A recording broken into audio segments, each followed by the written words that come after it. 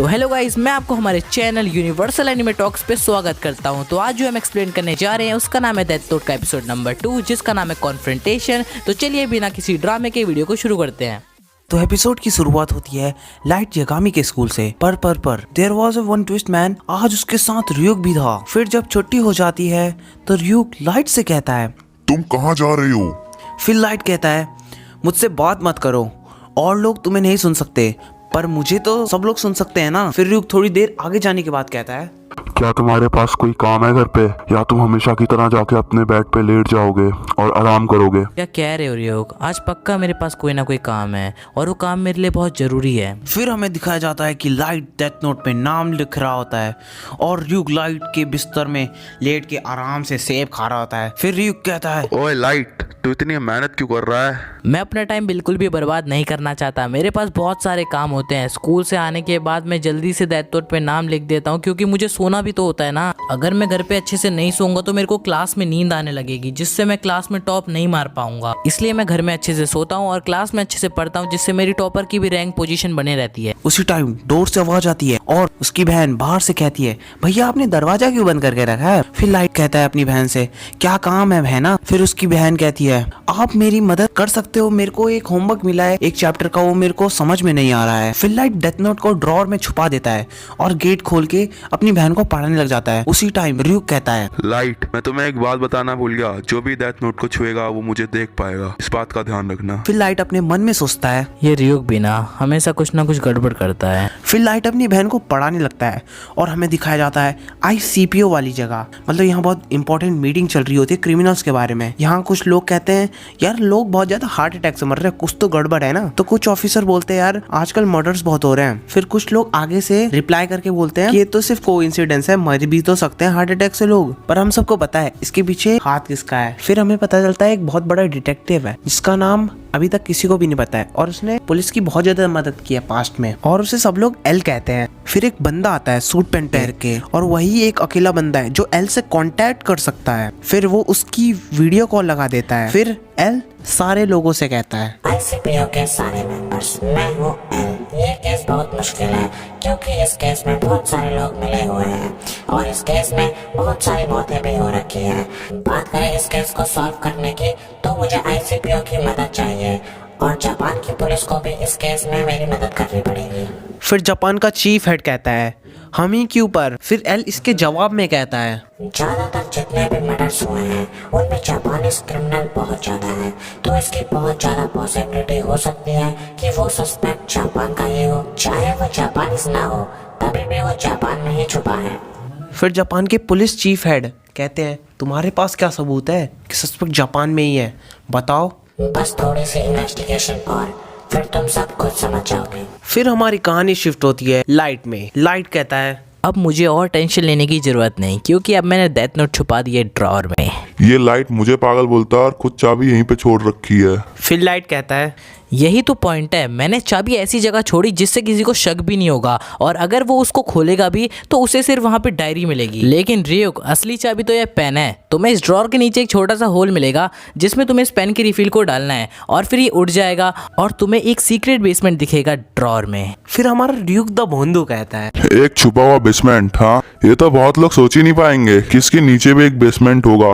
फिर लाइट कहता है, अरे रियुक, इतने में ही खत्म नहीं होता। अगर किसी ने सीक्रेट बेस ढूंढ भी लिया, फिर भी वो हमारा कुछ नहीं बिगाड़ पाएगा। अगर वो यहाँ रिफिल डालेगा भी तो रिफिल फ्लो ऑफ इलेक्ट्रिसिटी को तो रोक देगा, और नीचे जाएगा तो वहाँ पे एक रबड़ का टुकड़ा लगा है, और तुम्हें तो पता ही है रबड़ का टुकड़ा भी इलेक्ट्रिसिटी को रोक देगा। और अगर कोई जबरदस्ती नकली बेस को उठाएगा भी तो वहाँ पे इलेक्ट्रिसिटी का फ्लो एक्टिवेट हो जाएगा, और वहाँ पड़ा हुआ गैसोलीन भी एक्टिवेट हो जाएगा, जिससे नोटबुक में तुरंत आग लग जाएगी और नोटबुक को वो छू भी नहीं पाएगा, और सारा सबूत भी मिट जाएगा।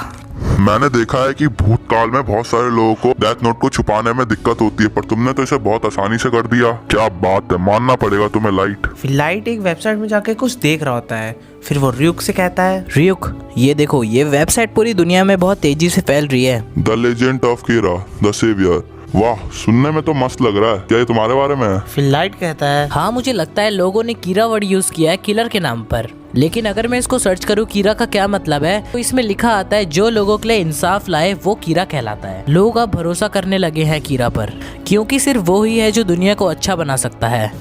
तुम किसी से भी पूछ लो कि किसी को मारना अच्छा होगा कि नहीं, चाहे वो क्रिमिनल ही क्यों ना हो, लेकिन वो ना ही कहेगा, क्योंकि इंसान अपने बाहर की इमेज हमेशा अच्छी रखना चाहता है और जो अंदर से वो सोचता है वो ये है कि जो भी क्राइम करे उसका मरना जरूरी है। ये सब चीजें बिल्कुल वैसे ही चल रही है जैसा कि मैंने सोचा था। फिर न्यूज आती है कि एक बड़ी अनाउंसमेंट होने जा रही है ICPO की तरफ से। फिर टीवी में हमें एक आदमी दिखाया जाता है जिसका नाम लिंड एल टेलर है और वो कहता है मुझे आप एल भी कह सकते हो। फिर एल कहता है हम अब वो सीरियल किलर को ढूंढ रहे हैं जिसने बहुत लोगों को मार चुका है। मैं बात कर रहा हूँ कीरा की। मैं कीरा को कैसे ना कैसे करके ढूंढूंगा और उसे मार डालूंगा।